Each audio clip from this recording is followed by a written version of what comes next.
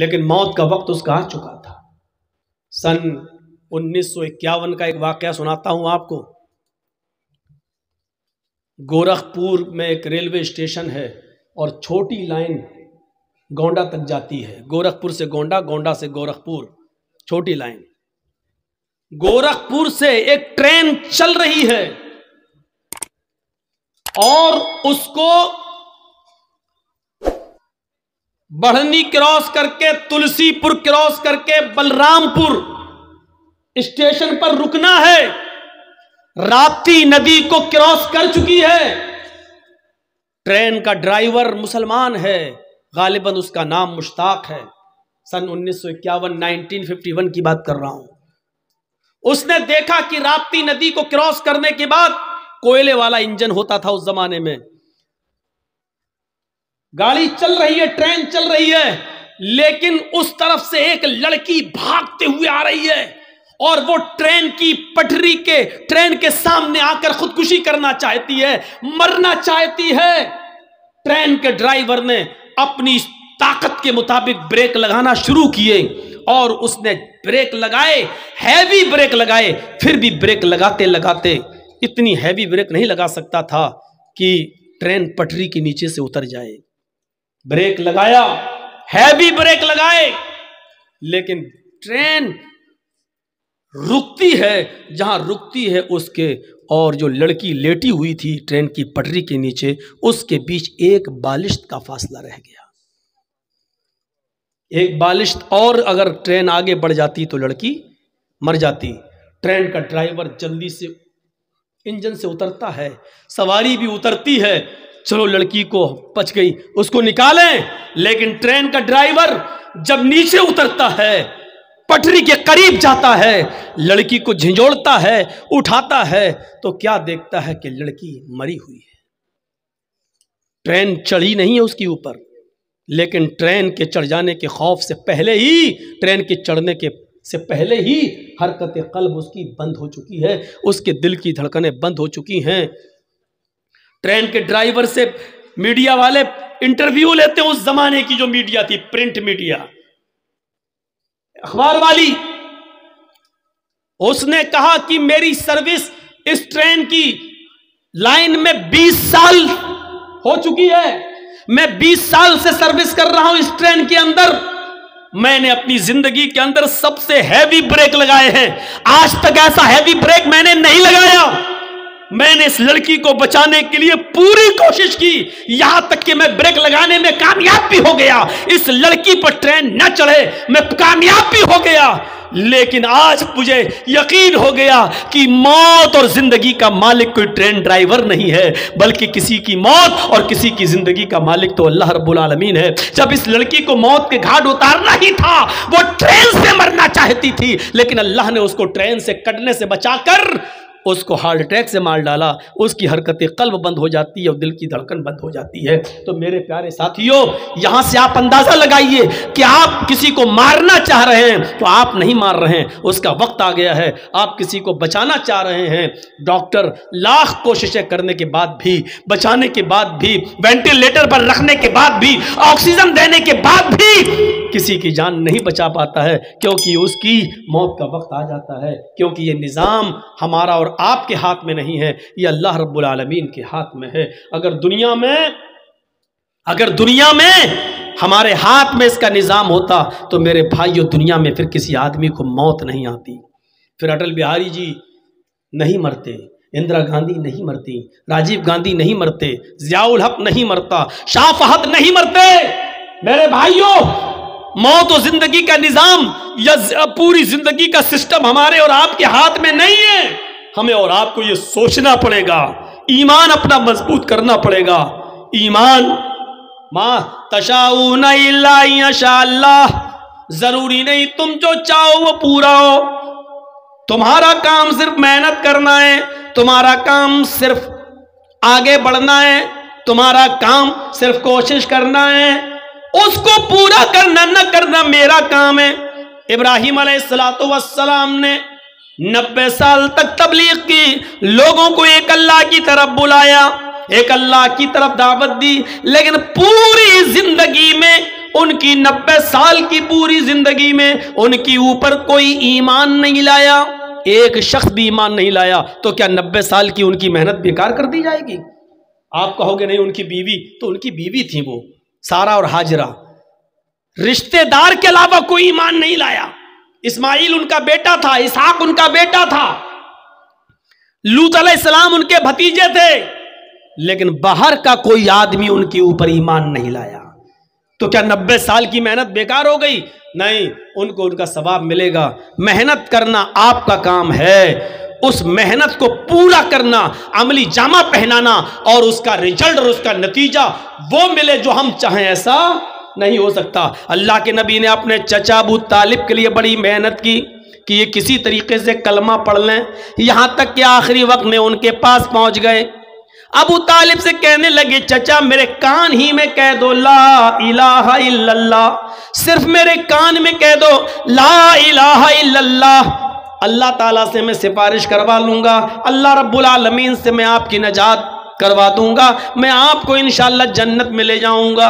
अबू तालिब तैयार भी हो गए, लेकिन वहीं अबू जहल बैठा हुआ था, कहने लगा क्या आखिरी वक्त में अपने बाप दादा के दीन को छोड़ देंगे? क्या आखिरी वक्त में अपने बाप दादा के धर्म को आप छोड़ देंगे? अबू तालिब ने कहा, भतीजे आए मोहम्मद, मुझे अच्छा नहीं लगता है कि मैं आखिरी वक्त में अपने बाप दादा का दीन छोड़ दूं। आखिरी वक्त में मैं चाहता हूं कि मेरी रूह मेरी जान उसी धर्म पर, उसी मजहब पर निकले जिस पर मेरे बाप अब्दुल मुत्तलिब का इंतकाल हुआ। लिहाजा अबू तालिब उसी पर उनका इंतकाल होता है कि वो हालत कुफ्र में मरते हैं। फिर अल्लाह के नबी ने एक बार उनके लिए दुआ भी की, क्या है चचा, मैं जब तक जिंदा हूं आपके लिए दुआएं मगफिरत करता रहूंगा, क्योंकि मेरे दीन के काम में आपने बहुत ज्यादा मदद की है, मुझे सहारा दिया है। लेकिन अल्लाह ताला ने मना कर दिया, आए मोहम्मद सल्लल्लाहु अलैहि वसल्लम, अगर 70 मरतबा भी, 70 बार भी अगर तुम अपने चचा अबू तालिब के लिए दुआएं मगफिरत करोगे तो मैं तुम्हारी दुआ को कबूल नहीं करूंगा। उनका इंतकाल कुफ्र पर हुआ है, लिहाजा वो जहन्नम में जाएंगे। तो मेरे भाइयों, नबी ने मेहनत की लेकिन नहीं ईमान लाए, तो ये जरूरी नहीं है कि हम जो चाहें वो पूरा हो। ईमान अपने अंदर ताजा कीजिए। अल्लाह ताला इम्तिहान भी लेता है, अल्लाह ताला आजमाइश भी लेता है। कोशिश करिए कि हम अल्लाह की हर आजमाइश में पूरा उतरें। कोशिश कीजिए कि हम अल्लाह रब्बुल आलमीन की हर आजमाइश की घड़ी में हम पूरा उतरें और मौका न दें। अल्लाह रब्बुल आलमीन मुख्तलिफ किस्म से हमारा इम्तहान ले सकता है। ईमान ताज़ा करिए। ईमान क्या है? ईमान एक मुआहिदा है। पढ़िए, कुरान ने कितनी बार कहा, इल्लल्लज़ीना आमनू व अमिलुस्सालिहात, इल्लल्लज़ीना आमनू व अमिलुस्सालिहात, ईमान लाओ और अमल स्वालिह, ईमान लाओ और अमल स्वालिह, ईमान लाओ और अमल स्वालिह करो। कितनी जगह अल्लाह रब्बुल आलमीन ने फरमाया। हर मुसलमान गौर करे, क्या उसके पास ईमान है? ईमान तो है। अब गौर करे, क्या वो अमल स्वालिह भी करता है? अमल स्वालिह क्या हुआ? बोलिए मत। ईमान और अमल स्वालिह ये दोनों लाजिम और मलजूम। अब आपको एक मिसाल दूंगा मैं, ईमान क्या है और अमल स्वालिह क्या है। ईमान एक इकरार का नाम है। थोड़ी सी स्पीड में स्लो करूंगा ताकि आपको समझा सकूं। सुनिए, ईमान नाम है इकरार का। ईमान एक मुआहिदा है। मुआहिदा कैसे समझाऊं आपको? मान लीजिए मैं एक मजदूर हूं, समझिए, समझा रहा हूं। मान लो मैं लेबर हूं, एक मजदूर हूं, और आप मालिक हैं। मौलाना सलीमुद्दीन साहब बैठे, ये मालिक हैं। सलीमुद्दीन साहब ने हमसे कहा कि जरजीत साहब, ये मेरा मकान बनाना है, दीवार खड़ी करना है, ये करना है, वो करना है। आप लेबर हैं, आप मजदूर हैं, मिस्त्री हैं, बताइए आप क्या पैसा लेंगे? मैंने कहा 1000 रुपये पर डे। सुबह 9 बजे आऊँगा, शाम को 5 बजे तक आपका काम करूँगा, दीवार खड़ी करूँगा, और 10 दिन में हम आपका ये काम पूरा कर देंगे। मौलाना सलीमुद्दीन साहब ने कहा ठीक है, डन। 1000 रुपये हम पर डे के हिसाब से 10 दिन में 10,000 रुपये हम आपको देंगे। आप कल से आ जाइए। हमारा मुआहिदा हो गया, हमारा मुआहिदा हो गया, इकरार हो गया। हमने भी इकरार कर लिया, ये है मुआहिदा, अहदो पैमान। तुम 10 दिन काम करो, हम तुम्हें 10 दिन के बाद 10 दिन की मजदूरी दे देंगे। मैंने इकरार कर लिया, इन्होंने तय कर लिया। हम कल नहीं पहुंचे, परसों नहीं पहुंचे, तीसरे दिन नहीं गए, 10 दिन तक नहीं गए, और 11वें दिन सलीमुद्दीन साहब के पास पहुंच गए और कहा, साहब आज 11वां दिन है, 10 दिन की मजदूरी हमें दे दीजिए। हंस रहे ना? समझ में आ गया ना कि मजदूरी मांगने वाला मौलवी जर्जीस पागल है। क्यों हंस रहे हैं आप? इसलिए हंस रहे हैं कि आपने तो काम किया ही नहीं, तो मजदूरी क्यों? जर्जीस साहब को तो रांची में पागल खाने में भर्ती करो, ये तो पागल हो गया है।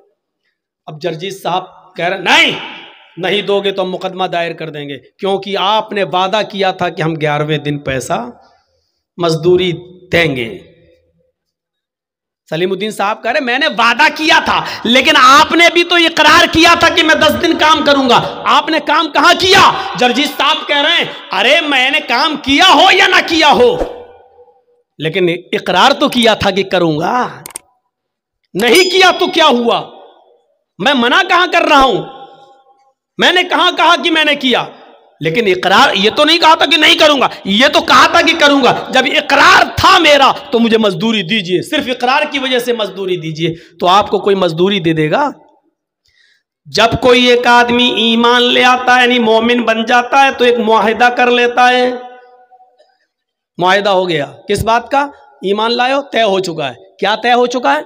तुम नमाज पढ़ोगे 5 वक्त की, तुम रमजान के पूरे महीने के रोजे रखोगे, तुम ज़कात दोगे अपने माल की पूरी, अगर इस्तिताअत होगी तो तुम हज करोगे, गरीबों की मदद करोगे, पड़ोसियों का ख्याल रखोगे, यतीमों पर जुल्म और ज्यादती नहीं करोगे, किसी के ऊपर जुल्म नहीं करोगे। ईमान लाने के बाद एक मुआहिदा हो गया। तुमने कलमा पढ़ा ला इलाहा इल्लल्लाह मुहम्मदुर रसूलुल्लाह, अल्लाह ने गोया के एक मुआहिदा दे दिया है, तुम्हें अहद कर लिया है, मेरे बंदो जब तक तुम इस ला इलाहा इल्लल्लाह और मुहम्मदुर रसूलुल्लाह पर चलोगे, ला इलाहा इल्लल्लाह का माना अल्लाह के अलावा किसी और की इबादत नहीं करोगे, और मुहम्मदुर रसूलुल्लाह का मतलब हर काम मुहम्मदुर रसूलुल्लाह की तरीके पर करोगे, तो हम इसके बदले में तुम्हें जन्नत देंगे। हमने वादा तो कर लिया, इकरार तो कर लिया, ला इलाहा इल्लल्लाह मुहम्मदुर रसूलुल्लाह तो पढ़ लिया, लेकिन इसके बाद हम न नमाज के, न रोजे के, न हज के, न ज़कात के, न गरीबों पर हमदर्दी, न मिस्कीनों के साथ अच्छा सुलूक, न बेवाओं के साथ अच्छा सुलूक, न पड़ोसियों के साथ हमारा अच्छा रहन सहन, उठना बैठना, न यतीमों के ऊपर मेरे भाइयों शफकत और प्यार और मोहब्बत का हाथ। हम इन तमाम चीज़ों से दूर हैं, और क़यामत के दिन अल्लाह के सामने खड़े होकर कहेंगे अल्लाह हमने कलमा तो पढ़ा था। अल्लाह कहेगा मेरे बंदे ठीक है कलमा पढ़ा था ला इलाहा इल्लल्लाह मुहम्मद रसूलुल्लाह, लेकिन तूने अमल तो नहीं किया। अल्लाह अमल नहीं किया तो क्या हुआ? इकरार तो किया था तू हमें जन्नत दे, तूने कहा था कि ला इलाहा इल्लल्लाह मुहम्मद रसूलुल्लाह जो पढ़ेगा उसको जन्नत, मन क़ाला ला इलाहा इल्लल्लाह दखलल जन्नह, जिसने कहा ला इलाहा इल्लल्लाह वो जन्नत में जाएगा। ये तेरे नबी ने कहा था जो ला इलाहा इल्लल्लाह पढ़ेगा वो जन्नत में जाएगा। अल्लाह मैंने पढ़ा था। अल्लाह कहेगा मेरे बंदे मेरा भी तो एक वादा था कि तू ये अमल करेगा तो जन्नत में दूंगा। तूने सिर्फ मेरा वादा तो मान लिया, लेकिन उसके मुताबिक तूने अमल नहीं किया। मेरे भाइयों जब तुम अपने मोहल्ले में, अपने समाज में, अपनी सोसाइटी में बगैर काम किए हुए किसी को मेहनत उसकी मजदूरी नहीं दे सकते हो, तो अल्लाह रब्बुल आलमीन बगैर अमल किए हुए हमें जन्नत कैसे दे? जर्जीस साहब मिसाल तो बड़ी अच्छी दे रहे हो, लेकिन अमल कौन करेगा? अमल इतना मुश्किल है? नहीं, ये आपकी खाम ख्याली है कि मुश्किल है। मुश्किल है। अगर इंसान करने पे आ जाए तो सब कुछ कर सकता है। साहब सुबह फजर की नमाज में ठंड में कैसे उठेंगे? साहबा कैसे उठते थे छोड़िए, आपके मोहल्ले में, आपके गांव में आप कहते हो कैसे उठेंगे? इस गांव में ऐसे 80 साल के बूढ़े भी हैं जो उठ रहे हैं। वो कैसे उठ रहे हैं? एक बादशाह बड़ा नमाजी था, बड़ा रोजदार था, बाअमल था, तहज्जुद गुजार था, लेकिन बादशाही भी बड़ी अच्छी चलाता था, हुकूमत भी बड़ी अच्छी करता था, किसी पर जुल्म नहीं होने देता था। तो एक मर्तबा एक फकीर उसके पास से गुजरा और कहने लगा कि आपके दरबार में शेर और बकरी एक जगह कैसे जमा हो जाती है, मेरी समझ में नहीं आ जाता। बादशाह ने कहा मैं तुम्हारी बात को समझा नहीं। उस फकीर ने कहा बादशाह होकर तुम अल्लाह की इबादत भी कर लेते हो, तुम नमाज भी पढ़ लेते हो, रोजा भी रख लेते हो, हज भी कर लेते हो, ज़कात भी दे लेते हो, गरीबों की फरियाद भी सुन लेते हो, मजलूमों पर जुल्म भी नहीं होने देते हो और दुनिया भी चला लेते हो, ये दोनों चीजें तुम एक साथ कैसे कर लेते हो? बादशाह ने कहा देखना चाहते हो कि हाँ। कहा 2 जल्लाद को बुलाओ। 2 जल्लाद आ गए। कहा तलवार निकालो। जल्लादों ने तलवार निकाली। बादशाह ने अपने एक नौकर से कहा 1 प्याला पानी ले आओ। पानी ले आए। उस फकीर से कहा पानी पकड़।